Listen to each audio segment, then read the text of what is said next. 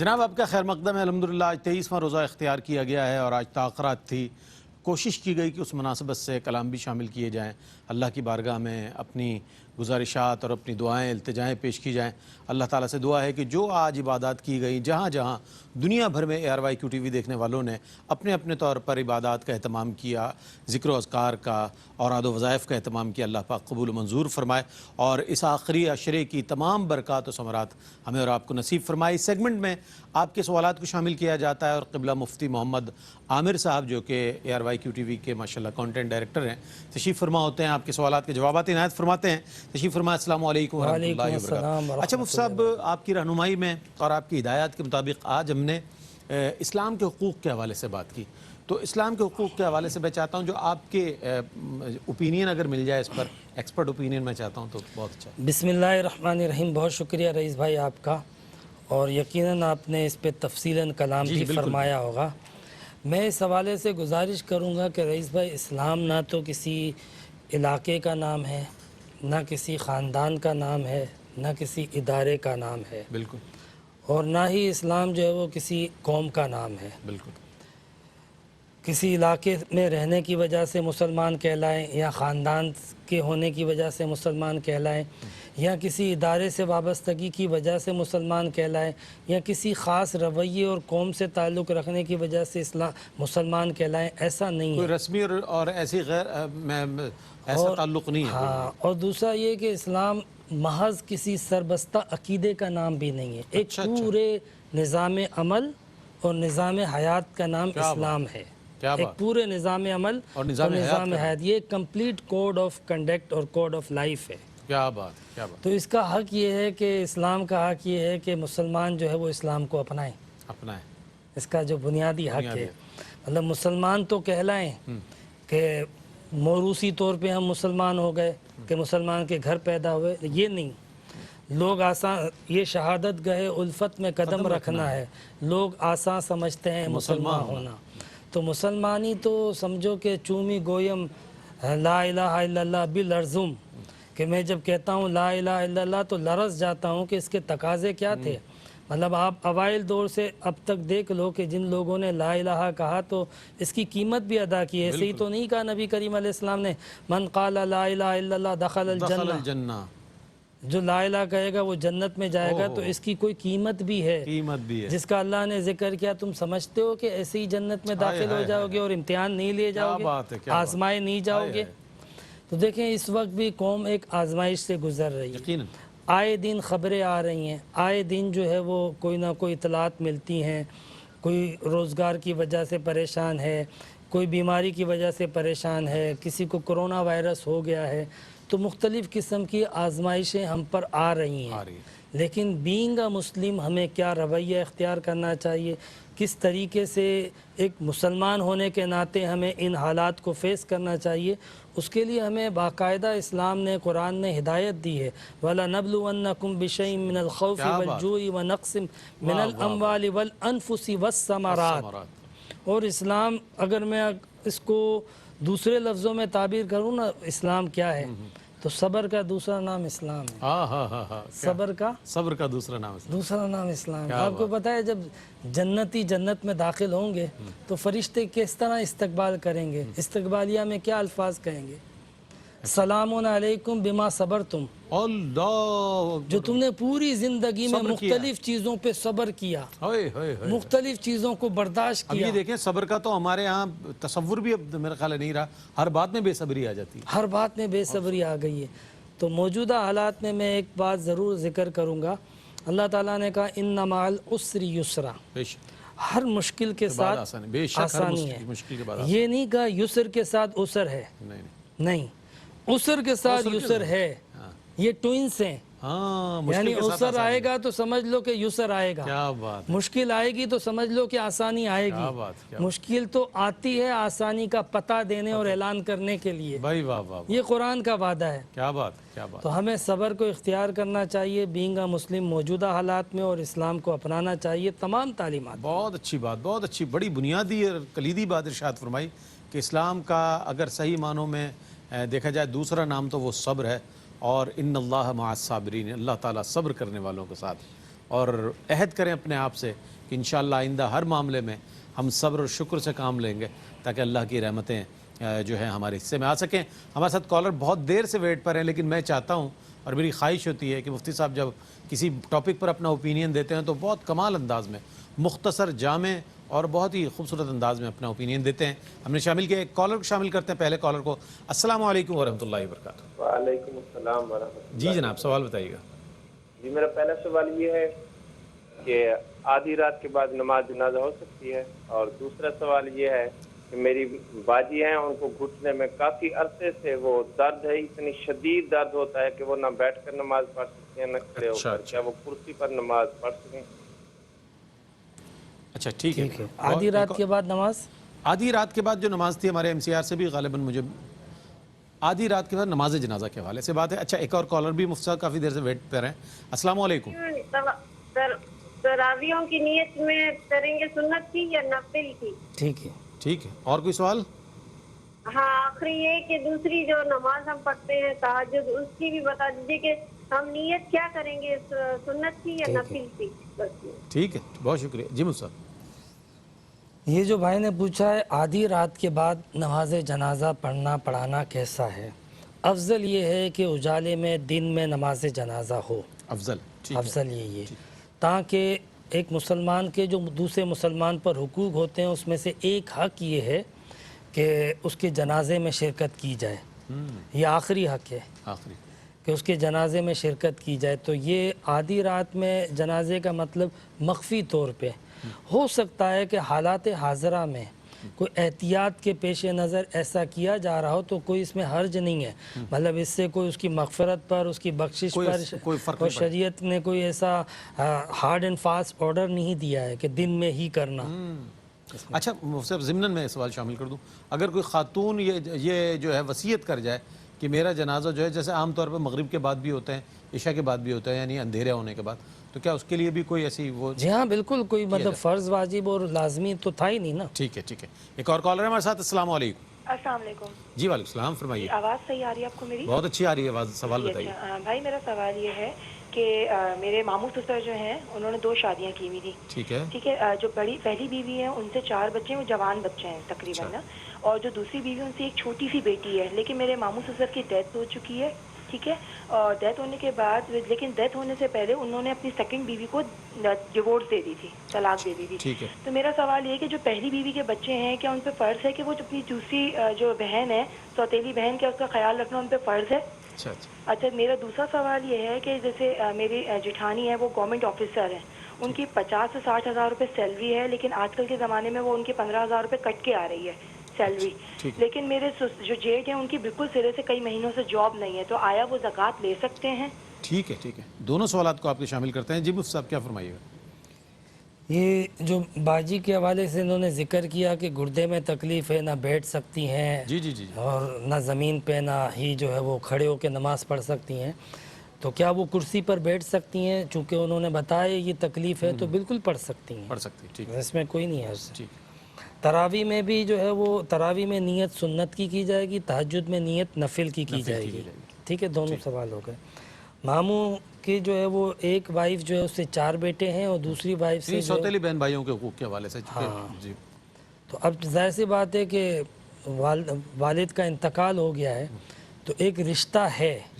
ایک رشتہ ہے تو فرض تو نہ صحیح، لیکن ظاہر سی بات ہے کہ قریبی تعلق تو ہے نا، جو رشتہ داروں کے جو حقوق ہوتے ہیں، تو اگر وہ ضرورت مند ہے تو ان کو چاہیے کہ ان کا خیال رکھیں. اگر رکھ سکتے ہیں تو ہو سکتا ہے کہ خود ان کے حالات اتنے مضبوط نہ ہوں. یعنی شوہر کا انتقال ہو گیا، اب دونوں بیوی جو ہے وہ بیوہ ہو گئی، دونوں کے لیے شیلٹر ایک ہی شخص تھا. تو بظاہر تو دونوں وائف پر جو ہے وہ ایک ہی قیامت گزری ہے کہ دونوں کے شوہر کا انتقال ہوا. تو اس اعتبار سے تو ایکویلٹی ہے، لیکن ظاہر سی بات ہے کہ پہلی وائف کے 4 بیٹے ہیں، اور وہ پہلی وائف ہے تو بیٹے بھی جوان یا بڑے ہیں، تو اگر ان کے حالات درست ہیں تو سوتیلی بہن ہے، سوتیلی بہن کے وراثت میں بھی حقوق رکھے گئے ہیں، تو اس لیے ان کا خیال دینی طور پر یہ مطلب اس بات کی پابند ہے. ٹھیک ہے. ایک اور بھی میں خیال ہے ان کا سوال تھا، وہ بھی شامل کر لوں سر. اچھا ایک سوال یہ تھا کہ 50-60 ہزار روپے تنخواہ ہے، اور آج کل کے حالات میں جو ہے وہ تنخواہ کٹ کے مل رہی ہے، ان کے شوہر بھی جاب لیس ہیں، اور شوہر بھی جاب لیس ہیں. تو دیکھیں تنخواہ 50-60 ہزار ہے اور نہ بھی کٹ رہی ہو اور یہ 50-60 ہزار روپے منتھلی خرچ کے لیے ناکافی ہوتے ہیں، بڑی مشکل سے تعلیم، ممکن ہے رینٹ کرایہ. پر ہوں تو اور بھی مسائل ہو جاتے ہیں پھر. یہ زکوٰۃ کا تعلق اس سے ہے کہ ان کے پاس آیا ریزرو میں اماؤنٹ موجود ہے کہ نہیں ہے. ٹھیک ہے ٹھیک ہے. اگر ان کے پاس ریزرو میں اماؤنٹ موجود ہے زکوٰۃ کے نصاب کے مطابق تو پھر ان کو زکوٰۃ لینا جائز نہیں ہے. اور اگر ان کے پاس ریزرو میں 7.5 تولہ سونا نہیں ہے یا پھر 52.5 تولہ چاندی نہیں ہے یا کوئی مال تجارت نہیں ہے، اس سے کم ہے، تو ایسی صورت میں یہ زکوٰۃ لے سکتی ہیں. اس تنخواہ سے زکوٰۃ کا کوئی تعلق نہیں ہے. بالکل. ایک اور کالر ہمارے ساتھ. السلام علیکم ورحمۃ اللہ وبرکاتہ. وعلیکم السلام. جی مفتی صاحب سے میرا سوال یہ ہے کہ میں نے موبائل میں جو ہے وہ قرآن ڈاؤن لوڈ کیا ہوا ہے. ٹھیک ہے. تو آیا اگر اس کی بے حرمتی کے حوالے سے مجھے پوچھنا تھا کہ بعض دفعہ موبائل نیچے رکھا ہوا ہے، بچے پھیلان کے جا رہے ہیں یا پھر کیا کہتے ہیں موبائل چارج پہ لگا ہوا ہے اور ہمارے پیر موبائل کی طرف ہو رہے ہیں، تو اس کے حوالے سے مجھے پوچھنا تھا کہ گناہ ہے کہ یا نہیں. کوئی اور سوال ہے آپ کا؟ بہت شکریہ آپ کا. ایک اور کالر ہیں. السلام علیکم. السلام علیکم. ڈراپ ہو گئی کال جی مصطفیٰ. ہاں دیکھیں، ایک ہوتا ہے کہ ویسے مطلب بندہ جتنا ادب کرنا چاہے کرے، لیکن جو فقہی مسئلہ ہے وہ یہ ہے کہ موبائل کے اندر جو ہے وہ جو قرآن پاک ڈاؤن لوڈ کرتے ہیں تو وہ ایک تو میموری میں ہوتا ہے اور وہ ڈیجٹ ہوتے ہیں ڈیجیٹل. بالکل. یعنی جب موبائل آف کرتے ہیں تو وہ ڈیجٹ بھی ریموو ہو جاتے ہیں. تو اس لیے اب اس کا وہ حکم نہیں ہوگا جو قرآن پاک کا ہے. ایسے تو حافظ کے سینے میں بھی قرآن ہوتا ہے. بالکل. تو وہ واش روم بھی جاتا ہے، اگر کوئی کہیں لیٹا ہوا ہے تو کوئی دھکا لگ جاتا ہے، بیٹھا ہوا ہے تو چل رہا ہے تو کوئی دھکا لگ گیا، تو اب اس کے سینے میں قرآن ہے. تو وہ الگ حکم ہوتا ہے اور قرآن کا حکم الگ ہوتا ہے. قرآن والا اطلاق نہیں کیا جائے گا. اس طریقے سے اس کے ادب کا اور احترام کا حکم نہیں ہے. لیکن ویسے اپنے شوق سے اگر کوئی مطلب اس نسبت سے کہ اس میں قرآن بھی پڑھتا ہوں تو ادب کا تو کوئی مطلب انتہا ہی نہیں ہے. اپنے طور پہ اگر ادب کرنا چاہے تو. اچھا ایک چیز اس میں ضمناً میں شامل کرتا ہوں مصعب، جو آپ نے تو فرمایا کہ موبائل آف ہو جائے تو ڈیجٹس آف ہو جاتے ہیں. اگر موبائل کھلا ہوا ہے، جیسے وہ دوران تلاوت انہوں نے رکھ دیا نیچے اور تلاوت اس پر قرآن اس وقت نہیں، اس وقت ادب کیا جائے گا. بچے پھلانگ جائیں یہ ایسا اس وقت یہ بے ادبی ہو جائے گی. ٹھیک، اس کا خیال رکھنا، ملحوظ رکھنا آپ کا کام ہے. ایک اور کالر ہمارے ساتھ. السلام علیکم. جی السلام علیکم. وعلیکم السلام. جی سوال بتائیے. ہاں جی، میرا سوال یہ ہے کہ جس طرح سے آج کل رمضان میں لوگ مانگنے والے جو آتے ہیں تو اس میں کافی ایسے لوگ ہوتے ہیں جن کا ہمیں پتہ چل جاتا ہے کہ یہ مستحق نہیں لگ رہے، تو وہ پھر بھی مانگ رہے ہوتے ہیں. تو کیا ہمارے اوپر فرض ہے کہ ہم ان کو دیں یا ہم یہ سوچ لیں کہ کسی ایسے بندے کو دیں گے جو ہمیں فیل ہو رہا ہوگا کہ اس کو دینا چاہیے؟ ٹھیک ہے ٹھیک ہے. اور دوسرا سوال یہ ہے کہ اگر میں نے کسی سے پیسے میں لیتا ہوں اپنی ضرورت کے لیے اور اس سے میں ٹائم بناتا ہوں کہ جی میں 3 ماہ بعد آپ کو واپس کر دوں گا، تو وہ مجھے کہتا ہے جی آپ نے اپنے کاروبار میں لگانے ہیں، جیسے بھی پیسے کرنے ہیں آپ نے یوز کرنے ہیں، میں نے آپ کو 3 لاکھ دیا تو میں آپ سے 20,000 روپے زیادہ لوں گا. اچھا. یہ جب آپ مجھے واپس کریں گے تو کیا یہ سود میں آئے گا یا پروفٹ میں آئے گا؟ ٹھیک ہے ٹھیک ہے. اچھا پہلے تو شریف فقیر کے. جی ایک اور کالر. السلام علیکم. ہلو وعلیکم السلام. جی فرمائیے. جی مجھے مفتی صاحب سوال کرنا تھا کہ نابالغ بچوں کے کپڑوں پر جو تصویریں بنی ہوتی ہیں ان کے مطلب ہر چیز پہ تصویریں، گاڑی بھی ہوگی تو وہ بھی اس پہ بھی آنکھیں بنی ہوں گی، تو اس کے ساتھ اگر وہ نماز ادا کرے گا تو اس کا کیا حکم ہوگا؟ ٹھیک ہے. اور اسی طرح اگر جیسے فیشن کے طور پر بچوں کے کپڑے مطلب گھٹنے سے پھٹے ہوئے ہوتے ہیں، پینٹس وغیرہ، تو اس کے ساتھ اگر نماز کی ادائیگی ہوگی تو کیا ہوگا؟ ٹھیک ہے. جی بتائیے. اگر زکوٰۃ کے بعد وہ جو زکوٰۃ دی جائے وہ مال چوری نہیں ہوتا یا سونا چوری نہیں ہوتا، اس کے بعد بھی اگر وہ ہو جائے تو اس کا مطلب ہے کہ زکوٰۃ کی ادائیگی میں کوئی یا اس کی قبولیت میں کوئی فرق ہے؟ اور جو سونا وغیرہ اس طرح. اچھا ذرا سا یہ لاسٹ جو سوال ہے نا دوبارہ ریپیٹ کر دیجیے گا. کہتے ہیں کہ جس مال کی زکوٰۃ، جس سونے کی زکوٰۃ دی جائے وہ چوری نہیں ہوتا. تو میرا سوال یہ ہے کہ جیسے بڑی احتیاط کے ساتھ زکوٰۃ نکالنے کے بعد بھی مطلب کچھ گن پوائنٹ پہ چھینا گیا، کچھ گھر سے چوری ہوا، تو اس کا مطلب ہے کہ زکوٰۃ کی ادائیگی یا قبولیت میں کوئی فرق تھا جو چوری ہو گیا؟ اور اگر جو مال ہو گیا چوری، اس کا پھر اب کیا صدقے کی طور پہ وہ ہوگا یا پھر بس نقصان ہی ہے؟ ٹھیک ہے ٹھیک ہے. اچھا سوال ہے آپ کا، یہ ضرور شامل کریں گے. ایک اور کالر ہیں. السلام علیکم. وعلیکم السلام. جناب علی سوال بتائیے گا. میرا سوال آپ سے یہ ہے جی جی ایک روزے کی حالت میں جو غرغرے کیے جاتے ہیں 3 کگلیاں کرتے ہیں تو تینوں غرغرے جو کیے جاتے ہیں کسی نے سنا ہے ہم نے کہ یہاں مکروہ ہو جاتا ہے روزہ، تو اس کے حوالے سے کچھ بتائیے ہمیں۔ اور دوسرا یہ کہ اگر نماز ہم پڑھ رہے ہوں تو جماعت نہ ہو رہی ہو، اگر جماعت دینے والا کوئی نہ ہو تو اس میں سنت ہم پہلے پڑھ لیں یا فرض ہی پہلے پڑھیں گے؟ یہ 2 سوال ہے۔ ٹھیک ہے جناب، بہت شکریہ آپ کا۔ جی صاحب کیا فرمائیے گا؟ ایک تو پہلے وہ شریف فقیر کے حوالے سے آیا تھا سوال، وہاں سے شروع کر دیتے ہیں۔ جی ہاں بالکل، بھائی نے یہ کہا کہ ہمیں لگتا ہے کہ مستحق نہیں ہے تو کیا دینا فرض ہے؟ جب یہ ڈاؤٹ ہو تو پھر جو ہے وہ فرض تو نہیں ہوگا دینا۔ اچھا دینا ویسے بھی جو ہے وہ آپ کے پاس زائد ہے تو ضرورت مندوں کو دینا واجب ہے۔ ضرورت مند کو مستحق کو دینا ویسے بھی واجب تھا، تو یہ بھی واجب اگر مستحق نہیں ہے تو نہیں ہوگا واجب۔ غیر مستحق کو دینا واجب اور لازم نہیں ہوگا۔ اور بھائی نے یہ کہا کہ ہم اس کے بجائے کوئی ایسا دیکھ لیں تو یہی بہتر طریقہ یہی ہے۔ ویسے دیکھا جائے تو ہمارے یہاں پہ عموماً جو ہے وہ ایسے جو مانگنے والے ہیں ان کی حوصلہ شکنی کی جاتی ہے، جو باقاعدہ جو ہے وہ ایک پروفیشنلی۔ وہ تو ایک مرتبہ ہم لوگ گاڑی میں تھے تو آپ نے مجھے بھی تعلیم فرمایا تھا، اسی حوالے سے مفتی صاحب بالکل صحیح فرما رہے ہیں۔ اچھا آج کے مطلب ان حالات میں دیکھا جائے نا تو بہت سارے لوگ تکلیف میں ہیں، بہت زیادہ لاک ڈاؤن کی سبب یہ 3 مہینے وہ جو دینے والے تھے اب لینے والے بن چکے ہیں، بالکل صحیح کہا، باقاعدہ ایسا ہو گیا ہے۔ تو لہٰذا ڈاؤٹ ہو ایک الگ چیز ہے، لیکن پتہ نہیں آپ سمجھے نا کس کے حالات کیا ہیں، تو نیک نیتی سے مدد کر دیں، انشاءاللہ اللہ قبول کرے گا، بہت اچھا، اللہ قبول کرے گا حسن ظن رکھتے ہوئے۔ ہاں ٹھیک ہے، دیکھیں اللہ تعالیٰ بھی دیتا ہے نا تو یہ دیکھ کے نہیں دیتا ہے کہ یہ ضرورت مند ہے کہ بے شک وہ کروڑ پتی آدمی کو بھی دیتا ہے، بے شک دیتا ہے۔ اگر دیکھا جائے تو ہم حقدار نہیں ہیں پھر بھی ہمیں دیتا ہے، ہم نافرمان ہیں، ہم گناہ گار ہیں، پھر بھی دیتا ہے۔ تو اس لیے دیتے ہوئے مطلب خدائی تقسیم جو ہے نا اس کو سامنے رکھیں۔ واہ واہ، اور حضور غوث الاعظم نے بھی فرمایا نا اس کو بھی دے جو مستحق ہے اور اس کو بھی دے جو مستحق نہیں ہے، اللہ تعالیٰ تجھے وہ بھی عطا فرمائے گا جس کا تو مستحق ہے، اور اللہ تعالیٰ تجھے وہ بھی عطا فرمائے گا جس کا تو مستحق نہیں ہے۔ جی فرمائیے۔ قرض لیتے ہوئے انہوں نے 3 لاکھ روپے قرض لیا اور کہا کہ دینے والے نے کہا کہ میں 20,000 اوپر 30,000 روپے اوپر لوں گا، وہ چاہے کاروبار کے لیے ہو یا نہ ہو، بہر صورت یہ جو اماؤنٹ ہے یہ سود کہلائے گا۔ سود کہلائے گا، ٹھیک۔ اگر بزنس کے لیے لیا ہوتا اور پھر یہ ڈیسائیڈ کیا جاتا ہے کہ اس میں سے ہونے والے منافع میں سے 10%، 5%، 20% XYZ یہ ڈیسائیڈ کرتے ہونے والے منافع سے اور نقصان میں بھی شیئرنگ کرتے تو درست تھا، لیکن اماؤنٹ فکس کر لینا یہ سود کہلاتا ہے۔ یہ سود کہلاتا ہے، سود ہے یہ شرط اور تعین کے ساتھ، رقم بھی متعین کر دی اور مشروط بھی کر دیا، بالکل صحیح۔ دونوں سود کی شکلیں جو ہے وہ شرطیں موجود ہیں۔ یہ بچوں کی تصویر پہ اگر کپڑوں پر اگر تصویریں موجود ہو تو نماز پڑھنا ان تصاویر والے کپڑوں پر مکروہ تحریمی ہے، منع ہے۔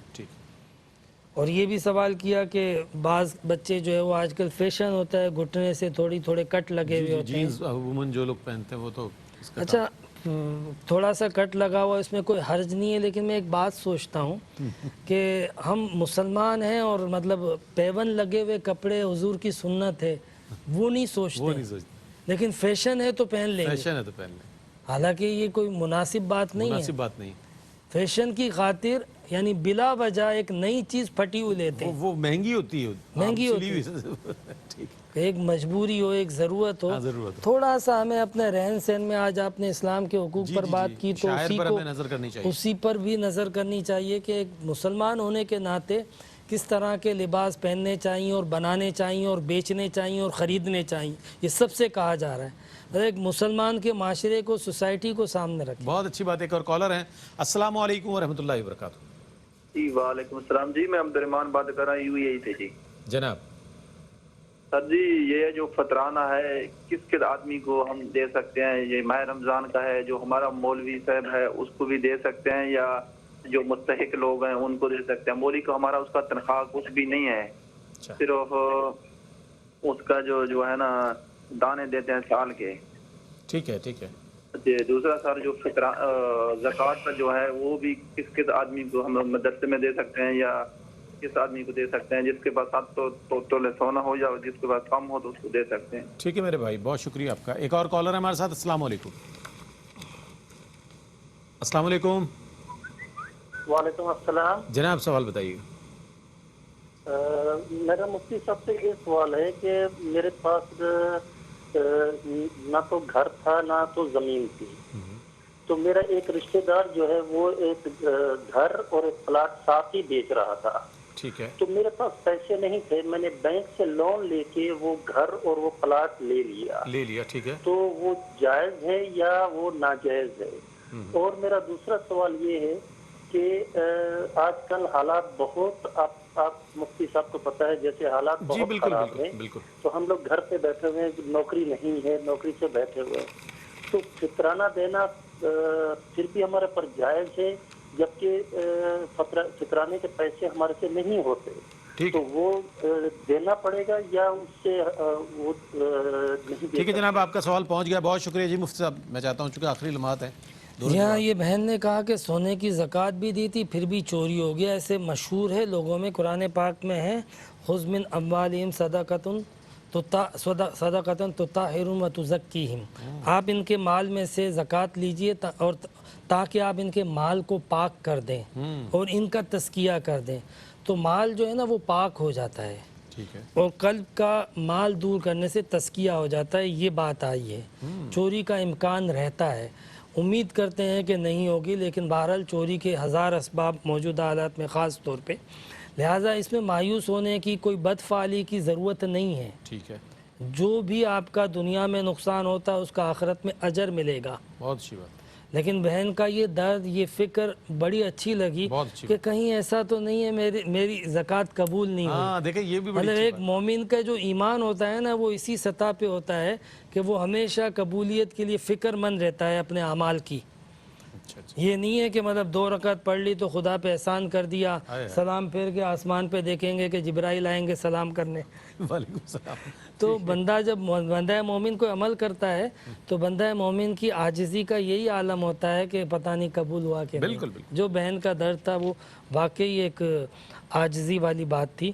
روزے کی حالت میں غرغرہ کرنا منع ہوتا ہے. جماعت کے بغیر جو ہے وہ فرض بھی پہلے پڑھ سکتے ہیں اور جماعت میں بھی فرض پہلے پڑھ سکتے ہیں، سنت بعد میں بھی پڑھ سکتے ہیں. افضل پہلے تھا، اس سے نماز پہ کوئی فرق نہیں پڑے گا. فطرانہ جو ہے وہ مولوی صاحب کو اصل میں تو حاجت مند اور ضرورت مند کو دیا جاتا ہے. ٹھیک ہے نا، وہ اگر مولوی صاحب ہے تو بھی دے سکتے ہیں، اسی طرح زکوٰۃ بھی، اور کوئی اور ہے تو اس کو دیا جائے گا. فطرانہ ایک مال ہے اور مال ضرورت مند کو دیا جائے گا. جیسا انہوں نے کہا کہ مولوی صاحب کو ہمارے یہاں تنخواہ بھی نہیں دیتے ہیں، اور گاؤں دیہات میں اور چھوٹے شہروں میں یہی ہوتا ہے، بہت کم تنخواہ دی جاتی ہے جس سے اس کی گزر بسر میں واقعی دقت ہوتی ہے. تو وہ ضرورت مند ہے تو بے شک اس کو دیں. وہ مدرسے کو بھی دے سکتے ہیں. مدرسے کو جب دی جاتی ہے تو ہیلا ہوتا ہے، وہ ہیلا کر کے مدرسے کے طلباء کے لیے علم دین قرآن پاک حفظ کراتے ہیں، تو ان کے جو سال بھر کے جو راشن اخراجات ہوتے ہیں وہ اسی سے پورا کرتے ہیں. بھائی نے جو لون لی تھی نا بینک سے وہ درست نہیں تھی. لون لے کر جو انہوں نے خریدا نا، سود ہوگا، ظاہر سی بات ہے سود ہوگا، اور موجودہ حالات میں فطرانہ ادا نہیں کر سکتے ہیں، پیسے نہیں ہیں تو لازم بھی نہیں ہے. ٹھیک ہے. مفتی صاحب کے جوابات ایسا ہوتا ہے، ایسا محسوس ہوتا ہے جیسے ریپڈ کوشچن اور آنسرز اتنے جلدی اور اتنے، میں سمجھتا ہوں حوصلہ افزا جوابات دیتے ہیں کہ سوال کرنے والوں کو بھی ہمت ہوتی ہوگی کہ واقعی ہم اس طرح کر رہے تھے، ہمیں اس طرح کرنا چاہیے. ایک اس کے اندر ہوپ پیدا کرتے ہیں، امید پیدا کرتے ہیں. اور شریعت نے آسانیاں دی ہیں. اگر ہم مفتیان دین سے رجوع کریں، اپنے مسائل پیش کریں تو ہمیں بہت سی آسانیاں شریعت فراہم کرتی ہے. صاحب آپ کی تشریف آوری کا بہت شکریہ. اور آج الحمدللہ ہم نے اسلام کے حقوق کے حوالے سے بات کی.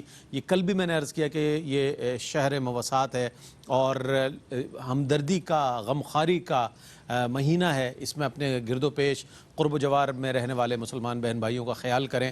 ممکن ہے کہ آپ کی تھوڑی سی مدد سے وہ بھی ان خوشیوں میں شامل ہو جائیں کہ جو عید الفطر آیا چاہتی ہے. اللہ تعالیٰ آپ کے ان تمام کار خیر کو اپنی بارگاہ میں قبول فرمائے. ہمیں اپنی دعاؤں میں یاد رکھیے گا.